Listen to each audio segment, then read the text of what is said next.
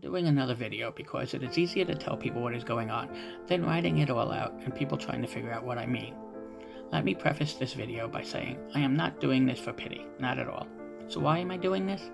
I want people to see a regular day in the life, not just of a sarcoidosis patient or a rare disease patient, but also all those who have chronic and terminally ill diseases.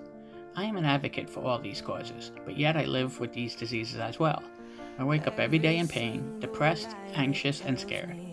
I wake up thanking God I'm alive. I wake up not knowing what I'm going to feel like, not knowing what I'm going to be able to do today. Well, you see, I started writing this on Friday, but I couldn't video myself. I just couldn't. I was so upset and angry all at the same time.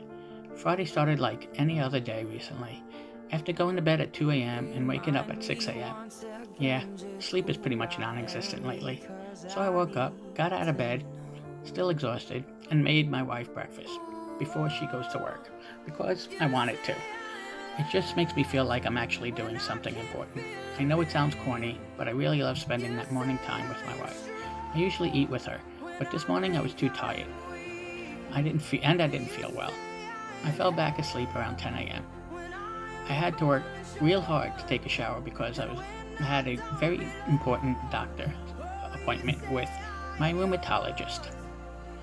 So my appointment was at 1 o'clock. My brother-in-law took me because I don't drive due to my illness. I get to the rheumatologist, go in to talk to the secretary to sign in. She tells me that my doctor's appointment is telehealth. I said that is funny since I got a recorded call that my appointment was in person. She was like, I'm so sorry, but he isn't here. She also said he would be calling me anytime now. So here I was in the car waiting outside of the doctor's office. 1:30 p.m. comes, still no call. 2 p.m., no call. 3 p.m., no call. Okay, you get where I'm going with this. I called the office 5 times. Got to talk to someone only once. She said she is so sorry and will leave the doctor a note and he will call me after he's done. Wrong. I really wouldn't have minded, but I am in so much pain and I'm supposed to try a new/old medicine to see if it would work. Well, didn't get that medicine, so of course it went through the weekend and nothing. Now I'm pissed. I am tired of being taken advantage of. I am tired of patients being pushed aside. I'm tired of patients being looked at like, well, there is nothing that we can do for you. I call BS. So I called the office twice this morning. First time I left a message again, then I wrote the patient portal and called again and finally got through. They saw the email and also all my calls and promised he would call me this afternoon. Believe you and me, they will not want me to call again. So that was my fun with the doctor. Now I hate when I have to deal with stupid things like that, especially when all my doctors know I am dealing with an extreme case of long COVID. So needless to say, I am very frustrated, stressed, and anxious. This weekend had been rough. Not feeling well, in pain, and anxious still. I was so extremely fatigued all weekend, so I just lay down as much as possible.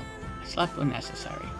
I've been dealing with COVID sweats so much lately, and we are trying to see if it's because of me being anxious or it's some other cause.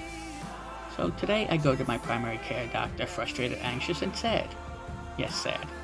I've been holding a lot of different feelings in. One of the biggest feelings is being sad. Sad does not mean giving up. It also doesn't make me any less of a man. It means just that, sad, an emotion we all have. I am not sad because I'm thinking about death or anything like that. I am sad because, just like so many other patients, I am sick and tired of being sick and tired. Just that easy. I am exhausted from fighting so hard all the time. It takes its toll on a person. But if I don't fight, the end result is not what I want. Not what I need, and not what or who I am. But it's truly exhausting. I'm also frustrated. I'm frustrated for being sick, frustrated about the doctors not being able to help, and frustrated that I have to put this smiling face on all the time.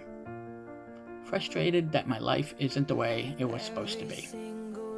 Frustrated that I'm feeling like this both physically and emotionally. So my last words of this video is, it is okay not to be okay, as long as you fight and don't give up. I will be fighting. You better fight too. Thank you.